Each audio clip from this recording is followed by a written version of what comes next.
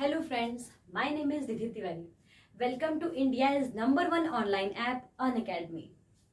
जब हम बात अनअकैडमी की कर रहे हैं तो क्या हम ये जान सकते हैं कि अनअकैडमी को ही हम बेस्ट क्यों कह रहे हैं? और अनअकैडमी को बेस्ट कह रहे हैं तो कुछ तो उसके ऐसे फीचर्स होंगे जो उसको अपने आप में बेस्ट बना रहे होंगे। तो हाँ, अनअकैडमी की जो फीचर्स की हम जो बात कर रहे हैं गाइस, वो फीचर उसको अपने आप में बेस्ट बना रही है। और वो बनाने का सिर्फ कुछ फीचर ही कारण नहीं है। सबसे पहले अनअकैडमी की अगर मैं आपको पहचान कराऊं या इंट्रोडक्शन कराऊं तो ये बेस्ट ऑनलाइन लर्निंग ऐप है जो अबाउट ऑल कॉम्पिटिटिव एग्जाम्स की तैयारी करवाता है। इसमें कोई डाउट नहीं है कि जितने भी कॉम्पिटिटिव एग्जाम्स हैं उसकी अनअकैडमी आपको तैयार, चाहे वो एग्जाम्स आपके बैंक से हो, चाहे रेलवे हो, चाहे आपका एसएससी हो, चाहे आपका यूपीएससी हो या आपका यूपीपीसीएस हो, कैट हो, मैट हो, मतलब सो ऑन। अगर अनअकैडमी की हम बात कर रहे हैं तो अनअकैडमी आपको वो सारी चीजें प्रोवाइड करवा रहा है और वो सारे कॉम्पिटिटिव एग्जाम्स की तैयारी करवा रहा है। कुछ फीचर्स हैं जो अनअकैडमी को दूसरों से डिफरेंट बनाता है। उसका सबसे इंपॉर्टेंट एक फीचर मैं आपको बताऊं तो वो है उसकी लाइव क्लासेस। अनअकैडमी आपको लाइव क्लासेस प्रोवाइड कर रहा है। मुझे ना प्रिपरेशन करनी है, मैं कौन से इंस्टीट्यूट में जाऊं, मैं कहाँ एडमिशन लूं, ये सारे क्वेश्चंस जो दिमाग में उठते हैं ना, वो उन क्वेश्चन का सबसे सीधा सॉल्यूशन है आपकी लाइव क्लासेस। क्योंकि मैं ट्रेवल कर रही हूँ, उसका एक्सपेंस लेना, अपने फेयर्स को देखना, अपने इन्वायरमेंट्स को देखना। मैं कॉम्पिटिटिव एग्जाम की तैयारी कर रही हूँ, मैं क्यों नहीं देखूंगी इन्वायरमेंट की, मैं क्यों नहीं देखूंगी क्या फैकल्टी कैसी है, मैं क्यों नहीं देखूंगी वहां का इंफ्रास्ट्रक्चर कैसा है, मैं क्यों नहीं देखूंगी मेरे कितने पैसे बच रहे हैं, कितने लग रहे हैं। ये सारी चीजें एक एटमॉस्फेयर क्रिएट करती है कॉम्पिटिटर के लिए कि वो आपको लाइव क्लासेस जो मिल रही हैं, आप घर बैठे लाइव क्लासेस देखिए, आप उन लाइब्रेरी में देखिए जहां आपको देखना है देखिए, लेकिन ये लाइव क्लासेस आपको क्या प्रोवाइड कर रही हैं? एक शांति, एक अच्छा इन्वायरमेंट जहां 1-to-1 कांटेक्ट होगा टीचर के साथ। टीचर के साथ 1-to-1 कांटेक्ट के साथ साथ ये लाइव क्लासेस आपको बेनिफिट देती है किसकी? डाउट क्लियरिंग की। लाइव क्लासेस तो मैंने ले ली, मैं ऑनलाइन लूँ कैसे आपका ये क्लासेस? क्योंकि ऑनलाइन क्लासेस लेने के बाद मुझे डाउट्स हुआ तो कौन बताएगा? टीचर्स ही तो बताएंगे। और अनअकैडमी जो डाउट क्लासेस आपको दे रहा है, ये ऐसा नहीं है कि उसने बताया तो अब डाउट क्लासेस को मैं कैसे लूं या फिर अब मैं कैसे क्वेश्चन पूछूं। 1-to-1 कांटेक्ट है टीचर्स के साथ। आप बात कीजिए, आप अपने क्वेश्चंस भेजिए। अगर आपको टाइम सुटेबल नहीं है तो ग्रुप बनाइए और टीचर को बोलिए कि मुझे ये टाइम सुटेबल नहीं है, मैं इस टाइम, टीचर आपको उस टाइम पर क्लासेस प्रोवाइड कराएगा। टेंशन ही नहीं है ना। लाइव क्लासेस मैंने ली, मैं लाइव क्लासेस लेने के लिए लाइव नहीं आई, क्लासेस कैसे लूं? क्वेश्चन उठ रहा है, क्या करना है? मैं सब्सक्रिप्शन प्लान मैंने जब ले रखा है आपका अनअकैडमी का, तो उसमें सबसे इंपॉर्टेंट क्या है कि मैं जब चाहे तब जहां चाहूं वहां वो लाइव क्लासेस अपनी टाइम अवेलेबिलिटी के हिसाब से देख सकती हूँ या देख सकता हूँ। चीजें समझ में आई कि आपको जो चीजें प्रोवाइड करा रही है वो लिंकअप हो रही है कब? कि आपको कोई भी हेजिटेशन या कोई भी क्वेश्चन अगर पुटअप होता है तो वो सारी डाउट्स यहाँ क्लियर होंगे। इन सब चीजों को अगर आप ले रहे हैं तो सबसे पहले एडुकेटर्स को जानने के लिए या फिर अपने टेस्ट सीरीज को जानने के लिए, अपकमिंग एग्जाम्स के नोटिफिकेशंस को जानने के लिए आपको अनअकैडमी का ऐप जो है वो डाउनलोड करना पड़ेगा। अनअकैडमी का ऐप डाउनलोड कर लिया, अब किस बात की देर है? लाइव क्लासेस आपको मिली रही है, डाउट क्लासेस मिली रही है, टेस्ट सीरीज प्रोवाइडेड है आपको। सब जानते हैं अनअकैडमी के जो एडुकेटर है वो हाईली एडवांस एडुकेटर्स हैं। they don't need any introduction to introduce their self। यहां पर अगर आप आ रहे हैं तो आपको टेस्ट सीरीज प्रोवाइड की जा रही हैं। This test series are up to dated by the current topics and current exam patterns. यहां पर आप आए, आपको एग्जाम पैटर्न क्या है, एग्जाम पैटर्न में टिल डेट पर कौन सा क्वेश्चन चल रहा है, ये सारी चीजें जब प्रोवाइड करनी है तो आप कहाँ जाएंगे? आप अनअकैडमी की ही टेस्ट सीरीज लेंगे ना। ये आपको फायदा 1 टाइम सब्सक्रिप्शन है और लाइफ टाइम अचीवमेंट है। मैंने 1 ईयर का प्लान ले लिया, अब मेरे लिए क्या फायदा है? मेरे लिए फायदा है क्या कि इन 1 ईयर में मैंने प्लस का सब्सक्रिप्शन लिया, प्लस का सब्सक्रिप्शन लेने के बाद ऐसा तो नहीं है ना कि मैं किसी, अगर आपका कोई पर्टिकुलर एडुकेटर है, आपने उसकी क्लास देखनी है, आप उसकी क्लास देखिए, लेकिन वहां पर जितने भी टॉप मोस्ट एडुकेटर्स होंगे वो सब आपको शो होंगे। ऐसा तो नहीं करोगे ना कि यहाँ एग्जाम्स का मुझे प्रिपरेशन करना है तो मैं हिंदी की अलग से टेस्ट सीरीज लूँ, इंग्लिश की अलग से लूँ, मैथ्स की अलग से लूँ, ऐसा होगा? बिल्कुल भी नहीं। ये सब चीजें आप कब लोगे? जब मुझे फुल पैकेज मिलेगा। और इस 1 ईयर सब्सक्रिप्शन में जो प्लस प्लान है, प्लस प्लान के अंदर आपको 1 ईयर सब्सक्रिप्शन प्रोवाइड किया जा रहा है, जिसमें ईच एंड एवरी सब्जेक्ट्स को वो क्लियर कराएंगे, चाहे वो टेस्ट सीरीज की बात करें, चाहे वो डाउट क्लासेस की बात करें, चाहे वो लाइव क्लासेस की बात करें, चाहे उसका स्पेशल क्लासेस की बात करें। तो जी हमने स्पेशल क्लासेस ले ली तो हम ये प्लस सब्सक्रिप्शन क्यों लें? मैनेज करनी है ना क्लास, बेसिक से लेके एडवांस तक चीजें चाहिए। तो स्पेशल क्लास में यूट्यूब पे मैंने सर्च मारा तो पर्टिकुलर टॉपिक आया, लेकिन उस पर्टिकुलर टॉपिक का बेसिक से लेके एडवांस तक चीजें आपको सीखनी है, एक मोटिव के साथ आना है कि मुझे एग्जाम क्लियर करना है। तो here the plus plan is, आप प्लस प्लान को लीजिए और उसके बाद आप अपनी टेंशन को ये तो फ्री हो जाइए कि मैंने वो चीज ले ली है जो मुझे अप टू डेट कराती रहेगी, मेरे सारे क्वेश्चन के साथ, मेरी सारी टेस्ट सीरीज के साथ, मेरे अपकमिंग एग्जाम पैटर्न के साथ, मेरे बेसिक से एडवांस तक के जितने क्वेश्चंस हैं वो क्लियर करवाएगा। सिर्फ टॉपिक को ये 5 मिनट में ये जानना सीखिए, ऐसा नहीं होगा। बेसिक उठाइए, समझिए और आगे बढ़िए। ये सारे फीचर्स क्या बताएंगे, अनअकैडमी को अपने आप में ही स्पेशल बनाते हैं। ये है अनअकैडमी का आपका प्लस सब्सक्रिप्शन प्लान, जो ऑल कॉम्पिटिटिव एग्जाम्स के लिए है, जो आपको live classes, doubt classes, test series और प्लस सब्सक्रिप्शन, स्पेशल क्लासेस, ये सब कुछ दिलाता है। और क्योंकि यहाँ के एडुकेटर टॉप क्लास के हैं तो बेसिक से एडवांस की चीजें नहीं छूटेंगी। आप कहेंगे चाहे नहीं कहेंगे, वो सारी चीजें, डाउट होता, पहली बात डाउट उठता है, बिल्कुल हमारे सारे क्वेश्चंस में उठता है।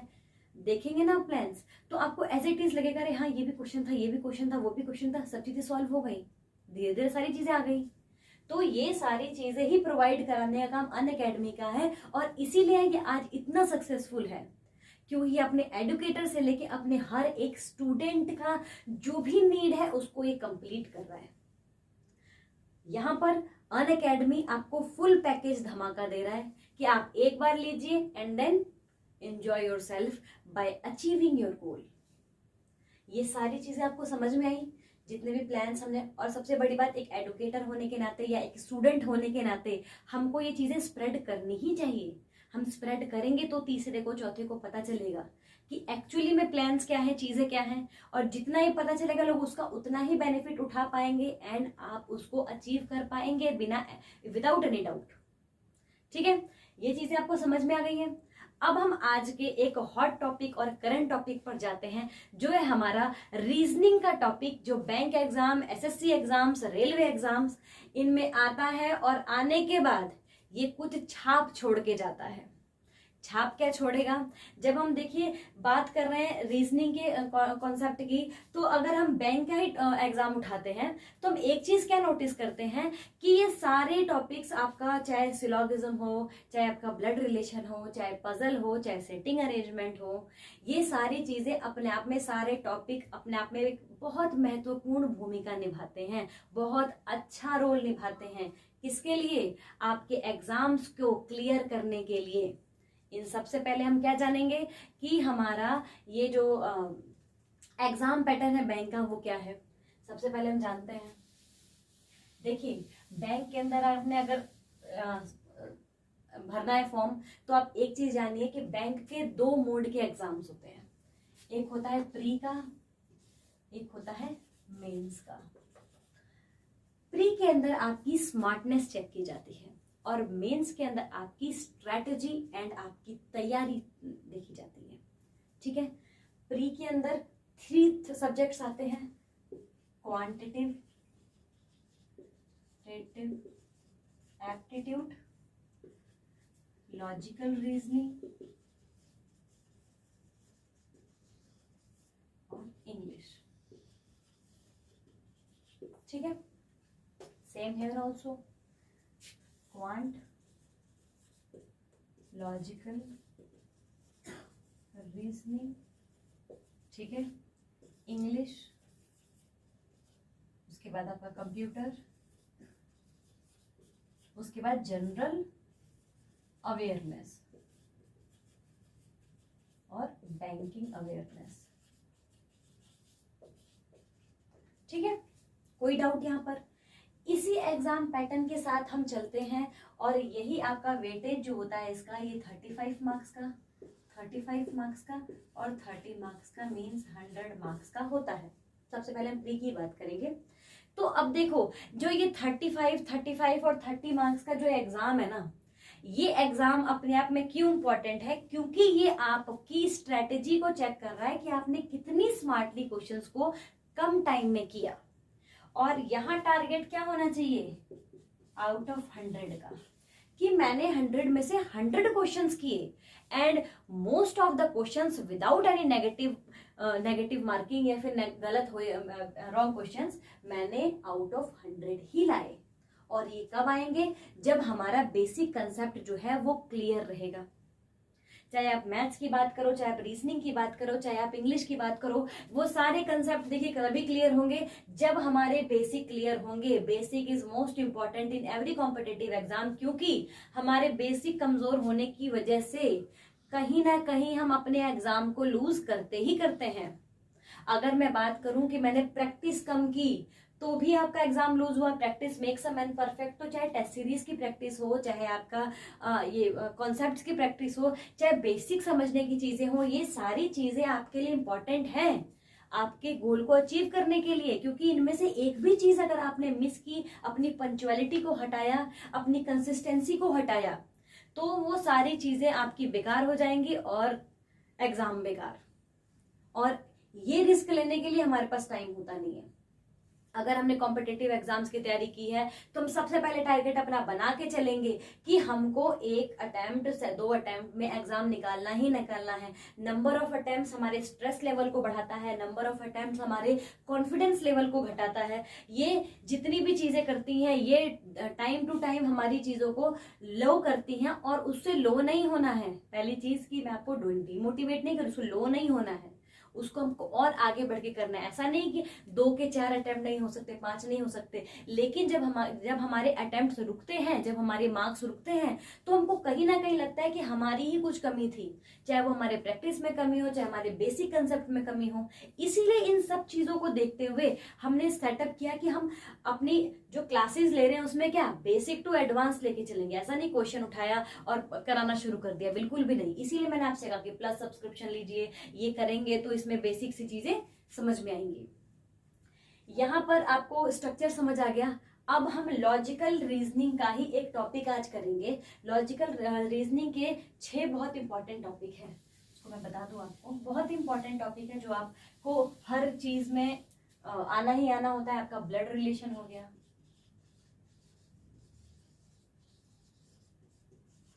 आपका सिलोगिज्म हो गया, आपका इनपुट आउटपुट हो गया,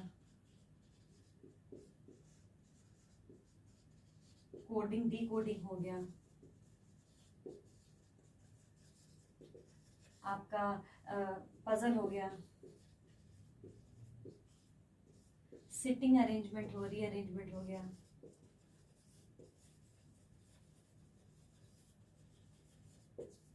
अब ये टॉपिक आपको क्या बता रहे हैं? इसमें आपका कोई भी पजल आ गया, चाहे वो आपका वर्ड पजल हो, चाहे आपका सिटिंग अरेंजमेंट हो, चाहे सर्कुलर वाला हो, सारे पजल्स आ गए। ये टॉपिक आपको क्या बता रहे हैं कि इनमें से एक भी ऐसा टॉपिक नहीं है जिसे आप लीव कर सके, छोड़ सके। क्योंकि अगर प्री में मैं सोच के जा रही हूँ कि मैं प्री का एग्जाम देने जा रही हूँ, तो मुझे रीजनिंग में 35 आउट ऑफ 35 लाने ही है, मैथ्स में 35 आउट ऑफ 35 लाने ही है, और इंग्लिश में 30 आउट ऑफ 30 लाने ही हैं। और इसके लिए हमारे हर एक टॉपिक का बेसिक कंप्लीट होना चाहिए। वो बेसिक का टॉपिक नहीं कंप्लीट होता तो ही हमें प्रॉब्लम्स आती हैं। इसलिए ये टॉपिक हमारा कंप्लीट होना चाहिए। ठीक है, तो अब हमने देख लिया कि अब blood relation, syllogism, input output, coding decoding, puzzle and sitting rearrangement, इसमें आज हम टॉपिक करेंगे सिलोगिज्म का। सिलोगिज्म एक बहुत इंपॉर्टेंट टॉपिक है और हमारे प्री के एग्जाम्स के अंदर ये 5 मार्क्स का आता ही आता है। इसको करने का अलग अलग तरीका, अलग अलग ढंग है। कुछ लोग क्वेश्चन को उठा के इसको सॉल्व करना शुरू कर देते हैं, कुछ लोग बेसिक कंसेप्ट पे जाते हैं, कुछ लोग इसको करने के लिए अपना ही खुद का तरीका ढूंढते हैं। लेकिन इन सब तरीकों से एक तरीका जो बेस्ट है वो है इसका बेसिक सीखने का तरीका। आप कोई भी क्वेश्चन कर रहे हैं, बेसिक कंसेप्ट जाने बिना वो क्वेश्चन अधूरा है। क्योंकि अगर मैंने क्वेश्चन उठा के सीखे हैं, नंबर ऑफ क्वेश्चंस कितने हैं, क्या है, पता नहीं है ना, बेसिक का कुछ दिक्कत है, तो 5 में से 5 नहीं कर पाएंगे आप। और हमें नीड है 5 आउट ऑफ 5 की, तो एक भी मार्क्स हमारे लिए कटना हमारे लिए बहुत बुरी चीज है। सिलोगिज्म का टॉपिक करेंगे, सिलोगिज्म में आगे बढ़ते हैं। सिलॉग्स के अंदर देखिए, अगर मैं इंट्रोडक्शन दूं सिलॉग्स का, तो सिलॉग्स अपने आप में एक ऐसा टॉपिक है जो बहुत सारी पॉसिबिलिटीज, बहुत सारी डेफिनाइट स्ट्रक्चर्स, बहुत सारी कंक्लूजन्स लेके आता है और उन सब को हमको टाइम टू टाइम सेट करना होता है उसकी कंडीशन के हिसाब से। और वो हम सेट करते हैं एक चीज की हेल्प से जिसका नाम है वेन डायग्राम।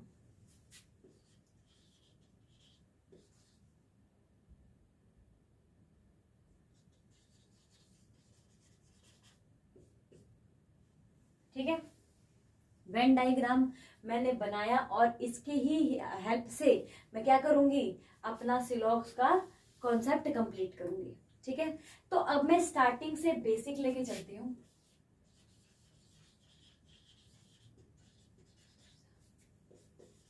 आज बहुत बेसिक से चलेंगे और उस बेसिक से हम क्या जानेंगे कि सिलॉग्स की स्टार्टिंग कहाँ से है, ये हो कैसे रहा है और कब तक कितने चीजें इसके अंदर ऐड ऑन होंगी। ठीक है, और वो कहाँ से आई। ठीक है, अगर मैं सिलॉग्स की बात कर रही हूँ तो सिलॉग्स के अंदर सबसे इंपॉर्टेंट क्या है, इसका एक स्टेटमेंट वाला प्रोसीजर, कि सबसे पहले ये आपको स्टेटमेंट देता है। कोई भी स्टेटमेंट देना, जैसे कि ARB, BRC, cat are dog, dog are not hen, ये स्टेटमेंट्स देता है। और ये स्टेटमेंट्स के बाद देता है कॉन्क्लूजन। ठीक है, स्टेटमेंट दिया और स्टेटमेंट के बाद क्या दिया, कॉन्क्लूजन दिया। अब स्टेटमेंट के कुछ पॉइंट्स हैं, वो उसके साथ चलते हैं और स्टेटमेंट को बनाते हैं और क्वेश्चन को क्रिएट करते हैं। इसके साथ ही कॉन्क्लूजन के भी कुछ पॉइंट्स हैं, वो उसके अंदर ऐड होते हैं या क्वेश्चंस के अंदर हमें दिखते हैं और वही उस कॉन्क्लूजन के क्वेश्चन को बनाते हैं जिसे हमें सॉल्व करना होता है। तो जब हम स्टेटमेंट पे आते हैं तो स्टेटमेंट में 4 पॉइंट्स दिए होते हैं। स्टेटमेंट के 4 पॉइंट्स कौन से हैं, सम नॉट,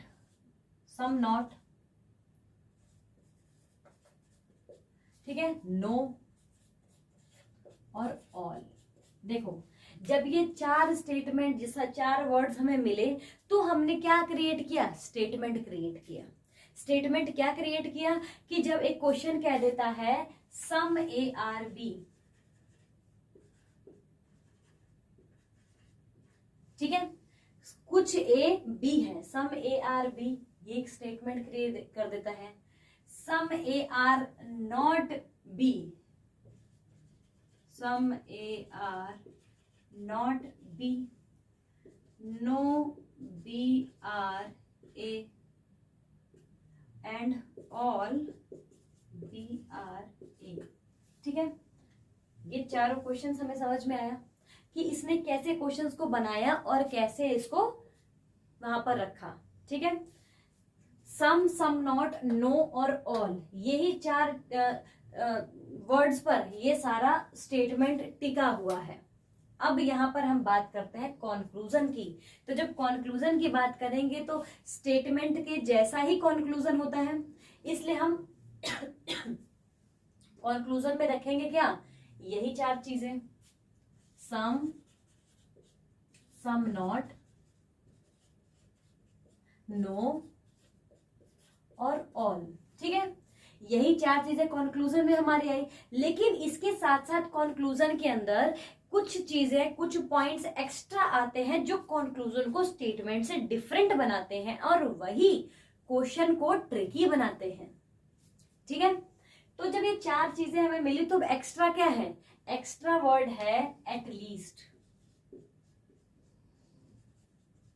एक्स्ट्रा वर्ड है कैन बी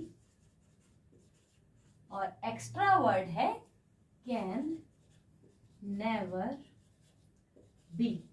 ठीक है, बहुत ध्यान से इसको देखना और बहुत ध्यान से इसको समझना है, क्योंकि इसमें से एक भी कंसेप्ट आपका अगर क्लियर नहीं हुआ ना तो आप क्वेश्चन में गलती करेंगे।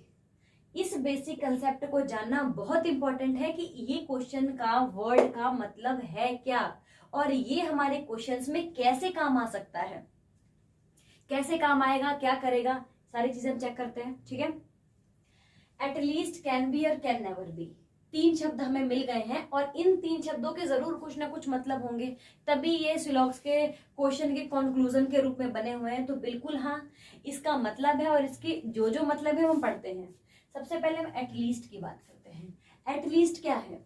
जब उसने कहा कि मैं एटलीस्ट ये ना एटलीस्ट ऐसा होगा, ये एटलीस्ट इतना तो होगा ही, ये एटलीस्ट शब्द आपको क्या बता रहा है? अगर आप समझ रहे हैं, सोच रहे हैं चीजों को, तो आप इसको सोच के बताइए कि एटलीस्ट हमें क्या कह रहा है। एटलीस्ट हमें कह रहा है कोई डेफिनाइट स्ट्रक्चर बता रहा है। वो डेफिनाइट स्ट्रक्चर वो क्या बता रहा है कि ये चीज एटलीस्ट तो है ही। तो जब भी हम डेफिनेट की बात करेंगे कि डेफिनेटली है, डेफिनेट है, तब हम एटलीस्ट की बात करेंगे। यहां पर आएगा डेफिनेट। ठीक है, हमने डेफिनेट सटीक चीज की, पॉजिटिव चीज की बात की। डेफिनेट का मतलब क्या होगा? पॉजिटिव। और जब हम पॉजिटिव की बात करेंगे तो हम डेफिनेट की बात करेंगे ही करेंगे। इसके बाद आपका नया शब्द आता है, वो है कैन बी। और जब कैन बी की आप बात कर रहे हो तो आप एक चीज बताओ कि कैन बी अपने आप में क्या प्रदर्शित कर रहा है, कैन बी अपने आप को क्या कहना चाह रहा है, या फिर कैन बी किसी के साथ जब यूज होता है तो उसका कंक्लूजन क्या बनना चाहिए। ये सारे क्वेश्चंस हमारे दिमाग में उठेंगे और ये सब क्वेश्चन उठने का मतलब क्या है कि हमको ये डाउट क्लियर करना है। नहीं क्लियर किया तो क्वेश्चन फंसेगा एग्जाम में। यहां पर कैन बी ने क्या है? कैन बी क्या है? कैन बी की जब बात हो तो कहते हैं it can be like this, it can be like this, like that. तो कैन बी अपने आप में पॉसिबिलिटी को क्रिएट कर रहा है कि पॉसिबिलिटी की जब बात हो रही है, ठीक है, उसने उसकी मत की बात कर दी कि पॉसिबल है या नहीं है, ये मुझे नहीं पता, या होगा या नहीं होगा, ये आपके पॉजिटिव और नेगेटिव स्टेटमेंट्स बताएंगे। तो जो पॉसिबिलिटी है वो आपका पॉजिटिव भी हो सकता है और आपका नेगेटिव भी हो सकता है। क्यों हो सकता है? क्योंकि हमको पता नहीं है ना कि एक्चुअली पॉसिबल क्या है। अगर मैंने कहा सम ए आर बी, कुछ ए जो है बी है, और मुझे नहीं पता है कि बी ए है कि नहीं, तो हम बोलेंगे some B R A is possible. ठीक है, क्या बी ए है ये पॉसिबल है, तो हम इसको क्या पॉजिटिव स्टेटमेंट में भी लेंगे, इसको हम नेगेटिव स्टेटमेंट में भी लेंगे और इसको तय करेंगे सिचुएशन के हिसाब से कि ये कहां पर और कैसे फिट बैठेगा वेन डायग्राम की हेल्प से। कोई दिक्कत है यहाँ पर? हमने एटलीस्ट के बारे में जान लिया कि एटलीस्ट आपका डेफिनाइट बता रहा है और डेफिनाइट के साथ साथ पॉजिटिव अपने आप को बोल रहा है कि मैं पॉजिटिव हूं। ये मेरे कहने का मतलब है कि मैं एटलीस्ट हूं, कि at least some A are B, यानी कुछ ए बी है ही, ये पॉजिटिव स्टेटमेंट है। ठीक है, और वही कैन बी ने क्या बोला कि मैं अपने आप में पॉसिबिलिटी बता रहा हूं कि ऐसा हो भी सकता है और ऐसा नहीं भी हो सकता है। और जब पॉसिबिलिटी आएगी तो स्टेटमेंट पॉजिटिव भी बनेगी, नेगेटिव भी बनेगी, सिचुएशन के हिसाब से हम तय कर लेंगे। इसके बाद आपका आया कैन नेवर बी। जब कैन नेवर बी की बात कर दिया तो इसने टोटली बोल दिया नॉट। इसका सीधा सीधा मतलब क्या हो गया? नॉट, नहीं है। और जब नहीं की बात कर ली तो फिर इसका मतलब क्या हुआ? इसका सीधा सा मतलब हुआ कि ये डेफिनाइट है। कैन नेवर भी क्या है? डेफिनाइट है। ठीक है, ये आपको ये समझ में आ गया कि एटलीस्ट, कैन बी और कैन नेवर बी, ये तीनों अपने आप में अलग अलग मतलब रखते हैं और इन्हीं अलग अलग मतलब रखने के है उसके मत से क्या है, चीजें अलग अलग कंक्लूजन पे आती हैं। और जब वो अलग अलग कंक्लूजन पे आएगी, इसका मतलब हमारे आंसर्स भी अलग अलग होंगे, पॉसिबिलिटी के हिसाब से होंगे, डेफिनेट के हिसाब से होंगे। यहां तक ये चीज क्लियर है। अब आपको ये तो आपको समझ आ गया कि स्टेटमेंट होता है, कंक्लूजन होता है, स्टेटमेंट में क्या लाइंस आती हैं, कंक्लूजन में क्या लाइंस आती हैं, क्या क्या पॉइंट्स याद करने होते हैं। ये सिर्फ अगर आपको समझ नहीं आ रहा है तो इसको रट भी लीजिए। अगर आप रट लेते हैं तो भी ये चीज आपको बहुत ज्यादा हेल्प करेंगी कि कहाँ क्या क्या यूज होता है। ठीक है, अब हम देखते हैं कि इसका यूज ऑफ डायग्राम कैसे करते हैं।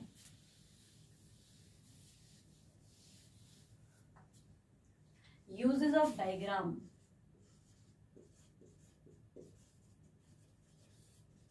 मैंने आपको बताया इसके बारे में कि जब डायग्राम बनाएंगे तो डायग्राम क्या बनाएंगे, वेन डायग्राम बनाएंगे। इसके अंदर वेन डायग्राम से ही क्लियर हो जाएगा कि क्वेश्चन क्या कह रहा है। ठीक है, यहां तक आपको आ गया। अब देखते हैं इसमें हम यूजेस ऑफ डायग्राम में क्या आते हैं। अगर मान लीजिए सम वाली, सबसे पहले पॉइंट हम लेते हैं सम का। सम को उठाते हैं। सम का मतलब क्या है, कुछ। और जब कुछ की बात कर रहा है तो यहाँ पर देखेंगे यूज ऑफ डायग्राम में जब सम बनेगा तो some A are B, some A are B. ठीक है, जब सम ए आर बी इसने बोल दिया, इसका मतलब इसने क्या बोला, कुछ ए जो है वो बी है। ठीक है, कुछ ए बी है। दो कंक्लूजन इसने निकाले कि सबसे पहले सम की बात जब करेंगे तो बोथ डायग्राम सेम होंगे, और जब बोथ डायग्राम सेम होंगे तो बोथ आंसर्स भी सेम होंगे। सम के केस में, cases both diagrams are same, both answers are same. ठीक है, अगर इसका केस हमने लिया तो हम क्या कहेंगे कि बोथ डायग्राम भी सेम होगा और बोथ आंसर भी सेम होगा। और जब ये कंक्लूजन आएगा तो अब होगा कैसे, हम ये देखते हैं। देखो, जब हमने सम की बात की है ना, तो सम का मतलब ए और बी का कुछ हिस्सा जो है वो क्या है, वो मिला हुआ है। यानी ए का कुछ भाग है जिसके अंदर बी है, और बी का भाग जो है वो ए के अंदर है, और इन दोनों का भाग क्या है, ये है जो मिला हुआ है। इस भाग को हम क्या बोलेंगे, इस भाग को हम बोलेंगे कॉमन एरिया। ये कॉमन है दोनों में। मैं लिख देती हूं यहां कॉमन। ठीक है, जब ये कॉमन है तो ये क्या है,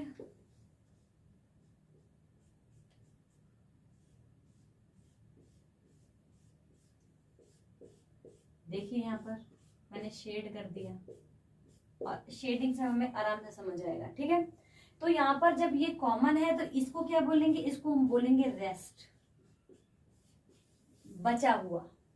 ठीक है, उसने बोला ए और बी, बी के अंदर ए के अंदर कुछ कॉमन है, कॉमन के बाद से जो एरिया बचा वो है रेस्ट।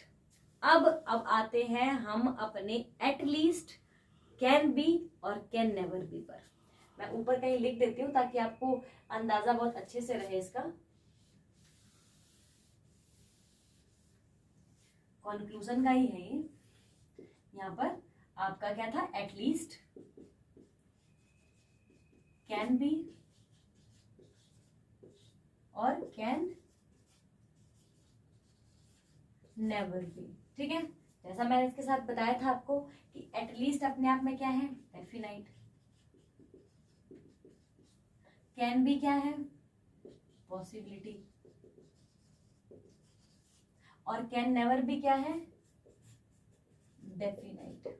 ठीक है, ये सारी चीजें हो गई। तो अब देखो यहां पर क्या कह रहा है कि जो कॉमन चीज है, कॉमन एरिया को हम हमेशा क्या रखेंगे, डेफिनाइट रखेंगे। ये एरिया क्या होगा, डेफिनाइट और पॉजिटिव।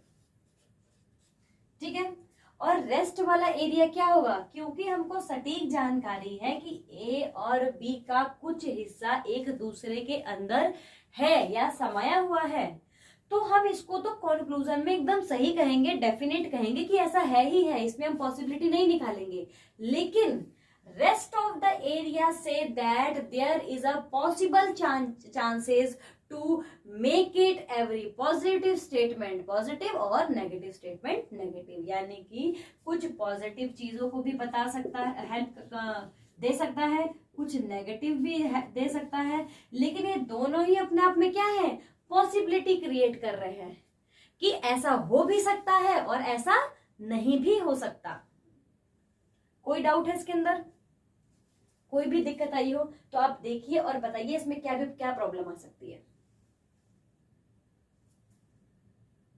ये सारी चीजें आ गई, हमने देख लिया कि पॉजिटिव स्टेटमेंट क्या है, नेगेटिव स्टेटमेंट क्या है, डेफिनाइट कहाँ यूज होगा और पॉसिबिलिटी कहाँ यूज होगी। समझ आया चीज, इसमें कोई डाउट नहीं होना चाहिए। ये हो गया। अब ये तो बात हमने सम की, अब एक बार नो की कर लेते हैं।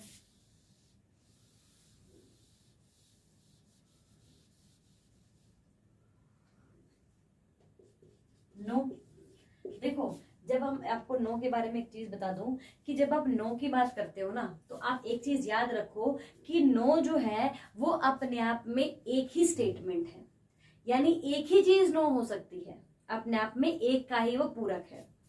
यानी कि अगर मैं स्टेटमेंट दूं कि नो बैट्स आर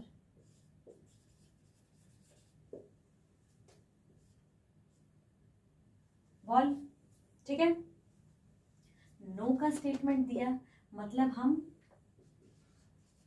बैट्स का क्या करेंगे, बॉल से मना कर देंगे। लेकिन ये एक से ज्यादा बन सकता है क्या, नहीं, नो हमेशा एक ही बनेगा। और जब एक ही बनेगा तो अब इसकी हमें पूरी जानकारी किसकी हो गई है, आप बताइए मुझे कि जब हमने नो की बात की तो मुझे पूरी जानकारी किसकी हुई, मुझे पूरी जानकारी बैट के बारे में हुई। क्लियर है कि नहीं। जब मैंने बात की कि कोई भी बैट जो है वो बॉल नहीं है, तो मैंने उसमें एक चीज क्या क्लियर कर दिया, मैंने एक चीज क्लियर कर दिया कि कोई भी बैट, मैं किसकी इंफॉर्मेशन दे रही हूं, मैं बैट की इंफॉर्मेशन दे रही हूं कि कोई भी बैट क्या नहीं है, बॉल नहीं है। ठीक है, तो जब बैट बॉल नहीं है इसका मतलब क्या है कि बैट की पूरी इंफॉर्मेशन मेरे पास आ गई। और जिस चीज की आपको कंफर्म इंफॉर्मेशन आ जाती है या फिर जो आप कंफर्म्ड हो जाते हो, वो चीजें क्या है, वो चीजें डेफिनाइट हो जाती हैं। क्या हो जाती हैं, डेफिनाइट हो जाती है। यानी कि जो चीज की सटीक जानकारी मुझको मिल गई है वो चीज मेरे लिए डेफिनाइट है, मतलब पॉजिटिव स्टेटमेंट है।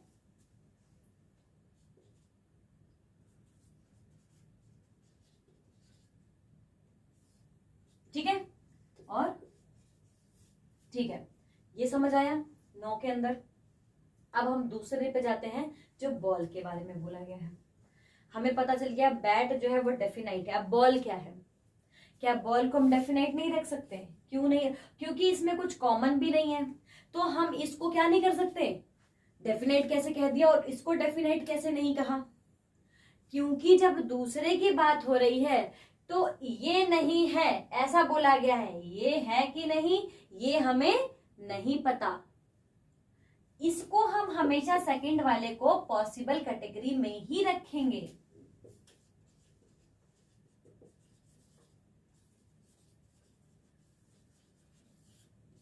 इसमें कोई डाउट होना ही नहीं चाहिए कि जिसके बारे में हमें सटीक जानकारी है उसके बारे में मैं आपको पूरा बताऊंगी, लेकिन जिसके बारे में मुझे जानकारी नहीं है उसके बारे में मैं सटीक कुछ नहीं बता सकती, उसको मैं कहां डाल दूंगी, उस बकेट में जहां पॉसिबिलिटी आता हो।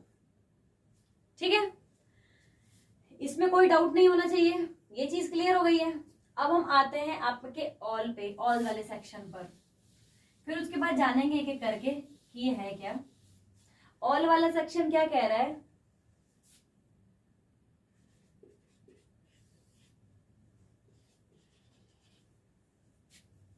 उसके बाद सब नॉट भी करेंगे। ऑल वाला स्टेटमेंट क्या कह रहा है? All dogs are puppy, all puppy are cat, all dog are cat. देखो थोड़ा सा मैंने ट्विस्ट डाला है क्वेश्चन में, और इस क्वेश्चन से ही आपको क्या समझ में आएगा कि ये कहना क्या चाह रहा है। हमने बात ऑल की और जब ऑल को उठाया तो क्या देखा कि ऑल डॉग्स आर पपी, यानी सारे डॉग्स क्या हैं? पपी हैं। कैसे किया ये मैं आपको बताती हूँ कि जब हम ऑल की बात करते हैं ना, तो जब सबसे ऑल के बाद जो सबसे पहला वर्ड आता है वो डिमिनिश साइज का होता है, यानी छोटे साइज का होता है, और दूसरे वाले में समाया हुआ होता है।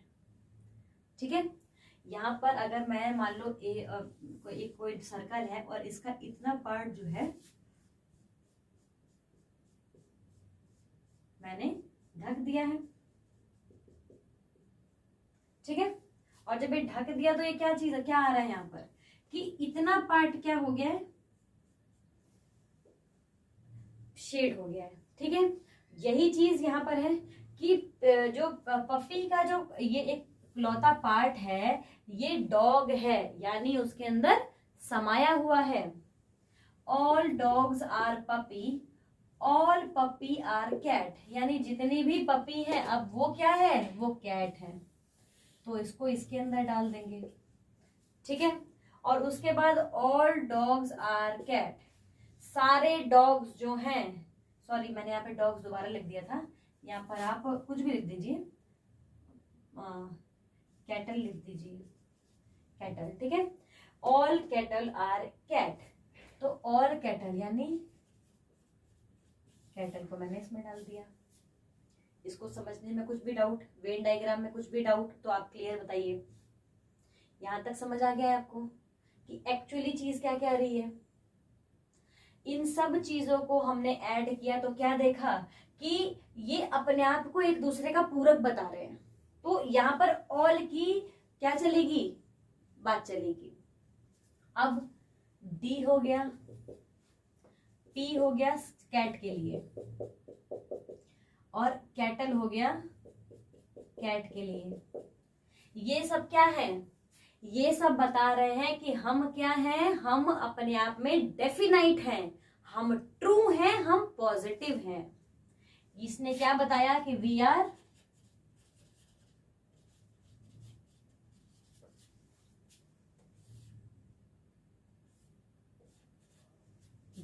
डेफिनाइट। इसने क्या बताया कि हम डेफिनाइट हैं। और जो रेस्ट चीजें बच जाती हैं, हमेशा की तरह जो मैंने आपको बताया कि जब भी कुछ रेस्ट बच जाएगा उस पूरी प्रक्रिया में जो कुछ भी शेष रह जाएगा वो रेस्ट कैटेगरी में आएगा, और रेस्ट कैटेगरी किस में आएगी? पॉसिबिलिटी के कैटेगरी में आएगी। तो ये क्या हो जाएगा?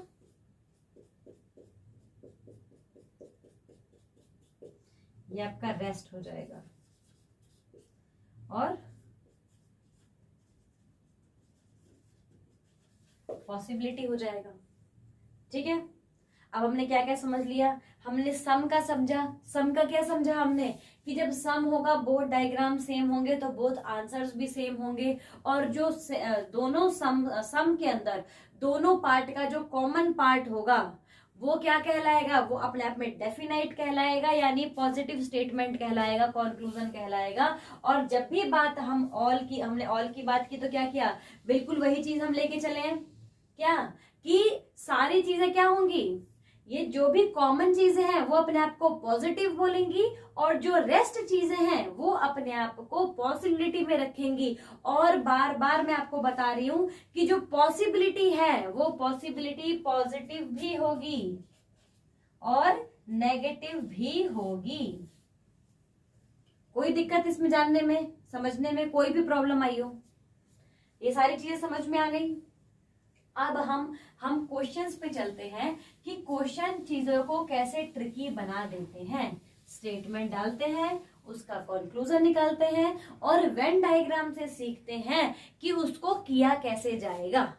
ठीक है, अगर ये चीजें आपने याद कर ली हैं तो आपको एग्जाम्स में डरने की बिल्कुल जरूरत नहीं है, क्योंकि एग्जाम के 5 दिन पहले, मैं गारंटी ले रही हूँ, 5 दिन पहले भी आपने सिलॉग्स उठा के देखा और ये सारे बेसिक कंसेप्ट देख लिए, तो आपको एग्जाम में हिचकने की 1% जरूरत नहीं है, क्योंकि आपके 5 आउट ऑफ 5 सारे ही क्वेश्चन सही होने वाले हैं। ठीक है, तो ये आपको सीखना या जानना बहुत ही इंपॉर्टेंट है। अब हम क्वेश्चन पे आते हैं कि क्वेश्चन कैसे बन सकता है। ठीक है, तो क्वेश्चन में देखो, all S are big, some big are not Z, some Z are P, no P are Q, some Q are R. ये क्वेश्चन बहुत अच्छे समझ रहे होंगे आप कि ये कंक्लूजन एक्चुअली बताया क्या गया है।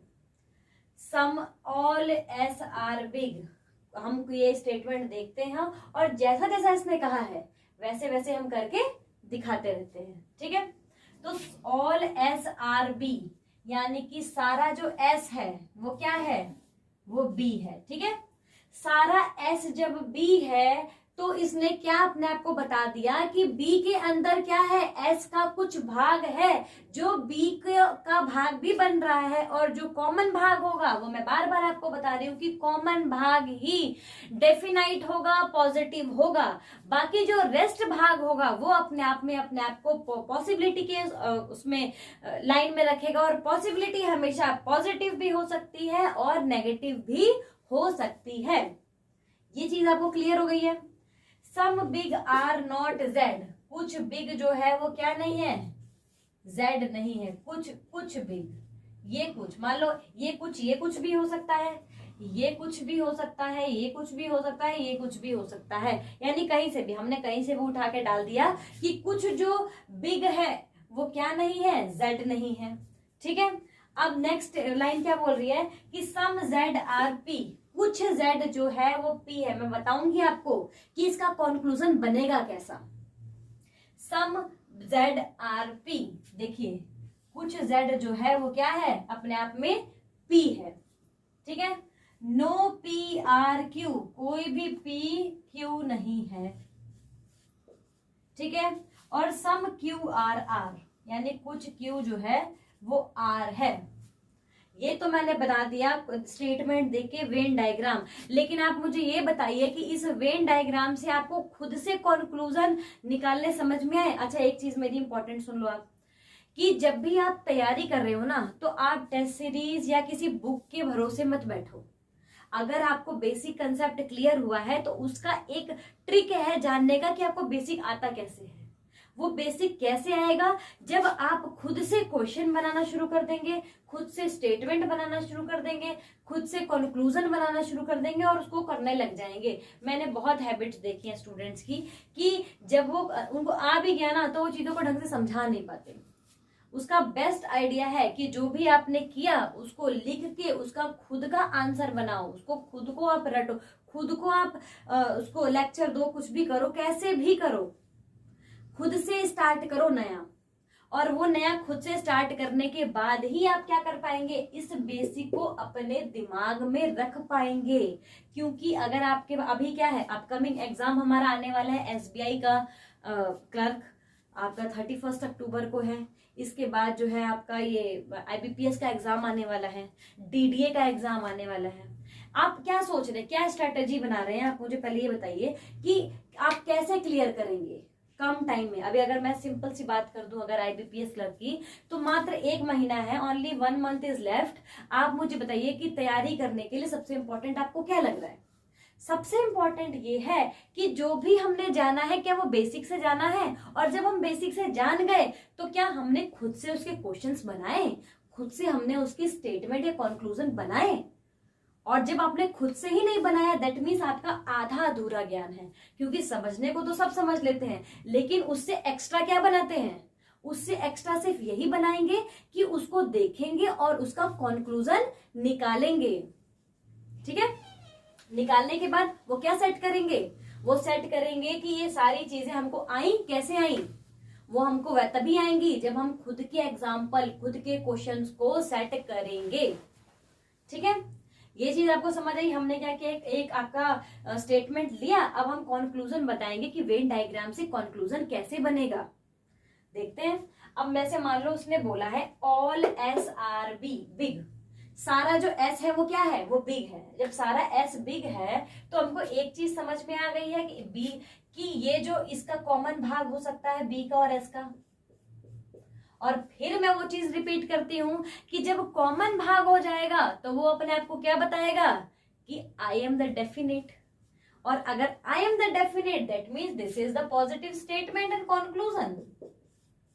और जब पॉजिटिव कंक्लूजन ये आ ही गया तो अब जो शेष यानी रेस्ट भाग बचा, this is called the possibility and possibilities always be positive and negative both. ठीक है, तो ये बी आपका क्या हो जाएगा, बी आपका रेस्ट भाग होगा जो पॉसिबिलिटी के तराजू में रहेगा, जहां पर वो अपने आप को नेगेटिव भी बता सकता है, पॉजिटिव भी बता सकता है आपकी कंक्लूजन के हिसाब से। अब हम बात करते हैं नेक्स्ट की some big are not Z. उसने बता दिया कि कुछ जो बिग है वो जेड नहीं है, तो बी का कुछ भाग है, वो कहाँ का भाग है हमें पता नहीं है। और यहीं से क्वेश्चन स्टार्ट होगा किसका, पॉसिबिलिटी का, कि क्या कुछ जेड जो है, some Z are B is possible, is this possible कि कुछ जेड जो है वो बी है। बताइए इसको कैसे आप करेंगे। इसको करने का सिर्फ एक चीज क्या है कि हम z को देखेंगे, पॉसिबिलिटी देखेंगे, क्योंकि rest of the part is always possible और पॉसिबिलिटी क्रिएट करेगी नेगेटिव एंड पॉजिटिव बोथ। तो हमको ये पता है कि b का कुछ भाग z नहीं है, लेकिन क्या हमें ये पता है कि z का कुछ भाग b है?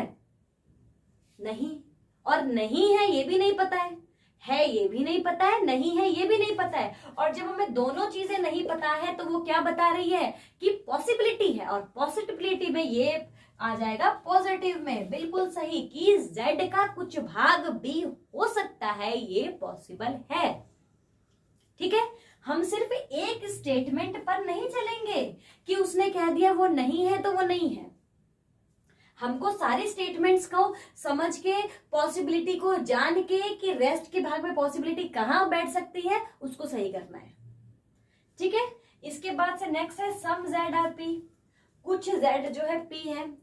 सम वाला क्वेश्चन जब हमारा आए तो उसने बताया कि जो कॉमन स्टेटमेंट है वो डेफिनेट होगा, rest of all the possibility and become positive and negative both. Next है नो पी आर क्यू, कोई भी P जो है वो Q नहीं है।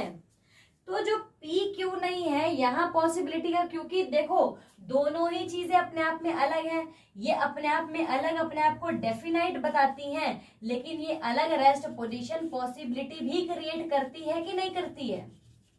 बताइए, ये पॉसिबिलिटी क्रिएट करेगी कि नहीं करेगी? बिल्कुल करेगी। और कैसे करेगी ये देखते हैं। यहाँ पर पॉसिबिलिटी जब क्रिएट कर रही है तो यहाँ पर क्वेश्चन उठता है क्या कि नो पी आर क्यू, ये समझ आ गया, सम क्यू आर पी, क्या कुछ क्यू जो है वो पी हो सकता है, इज पॉसिबल। पी क्यू नहीं है तो क्यू भी पी नहीं है, ऐसा हमें नहीं पता है। और जब हमें ये कंक्लूजन नहीं पता तो पॉसिबिलिटी के साथ चलेंगे कि कंक्लूजन में कौन सी पॉसिबिलिटी फॉलो कर रही है।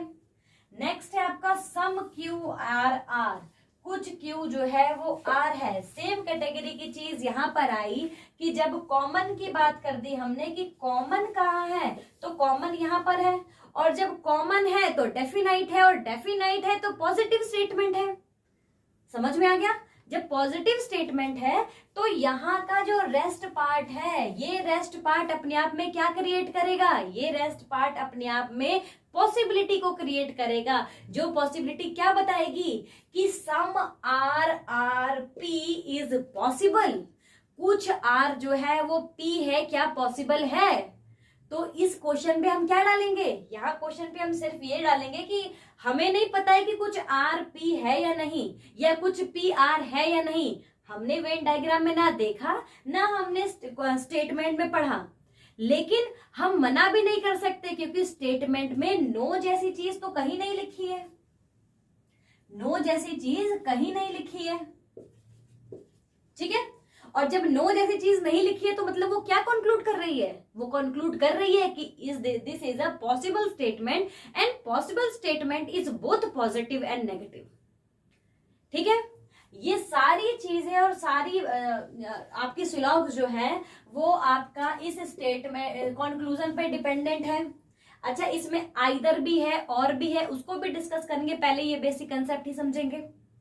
यहाँ पर ये तीनों चीजें अगर आपको क्लियर हो गई तो आपको एक्स्ट्रा कुछ रट्टाफिकेशन करने की जरूरत नहीं, और इसमें तो रट्टा है ही नहीं।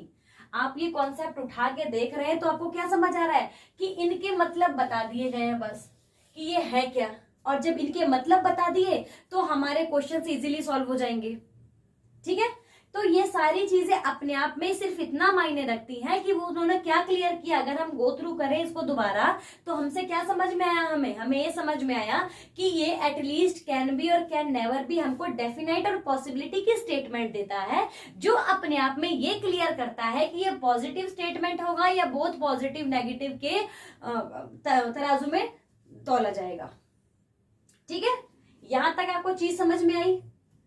ये सारी चीजें आपके बेसिक कंसेप्ट में आएंगी और इसी के साथ सारे क्वेश्चंस होंगे। तो ये सारे क्वेश्चंस को कैरी ऑन कीजिए, इसके बेसिक कंसेप्ट को क्लियर कीजिए, क्योंकि यही इकलौती चीज है जो आपको आपके एग्जाम में 1 मार्क्स की भी गलती नहीं देगा। इसको रटकर आप अपने 5 आउट ऑफ 5 मार्क्स को क्लियर कर सकते हैं और इसमें कोई डाउट नहीं है, ठीक है। आई होप आपको ये सारे कंसेप्ट समझ आए होंगे, सारी चीजें आपको बहुत इजीली अंडरस्टैंडेबल होंगी। ये सारी चीजों के साथ हम ये अपना कॉन्सेप्ट यही खत्म करते हैं। Thank you.